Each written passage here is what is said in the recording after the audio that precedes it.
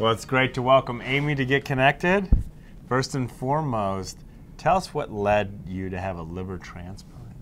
When I was 17 years old, I was diagnosed with multiple adenoma tumors, which is basically tumors that were hemorrhaging, and I had over 2 dozen of them in my liver. And that was brought on by actually going through puberty and an excessive amount of estrogen in my system. And it took a while for them to diagnose it properly. It took 5 years. And then tell us about receiving the liver and how that changed your life. I received the liver transplant on February 20th, 1993, after being on the waiting list for six weeks. It's been amazing. I think it's really helped me grow up and mature as a woman over the years faster than most women my age. It's given me appreciation of the special things in life, and it's given me passion and drive for what I do. That's awesome. The inspiration you give to others. How did you receive your liver? Where did it come from? It came from a police officer, and he actually had an aneurysm, and he was from Columbus, Georgia. And he was an amazing man. I think all recipients think that their donors are amazing, but he had really, done some great things with his life. He had actually gotten the key to the city that he grew up in for saving a family in a fire. Wow. And he had served his country in war. And one of the big messages is organ donation saves lives, and you brought me a T-shirt that says, do you want to tell everyone at home what you created this? Real men are organ donors. On April 20th, we're actually doing Blue and Green Day for Donate Life America, and it's going to be a social media campaign, and we're asking everybody to dress up in their blue and green and take a picture and send it out to Donate Life America. You can actually find them on Facebook.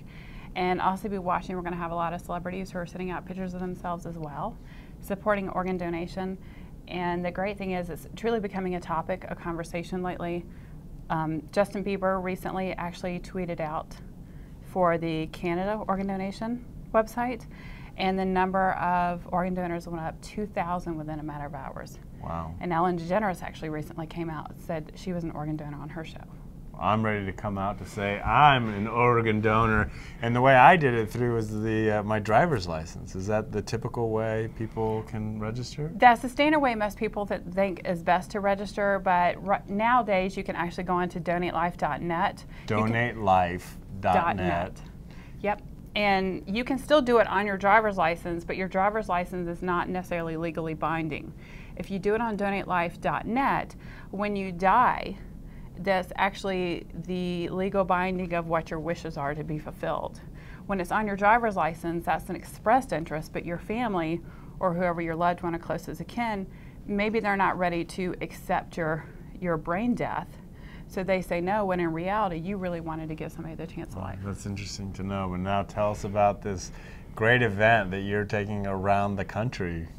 We are going to be doing a Scars Are Sexy campaign where we're actually celebrating over 20,000 stories of people who have scars, and it doesn't really matter what your scar came from. If it was a car accident, if it was orthopedic surgery, if it was a transplant.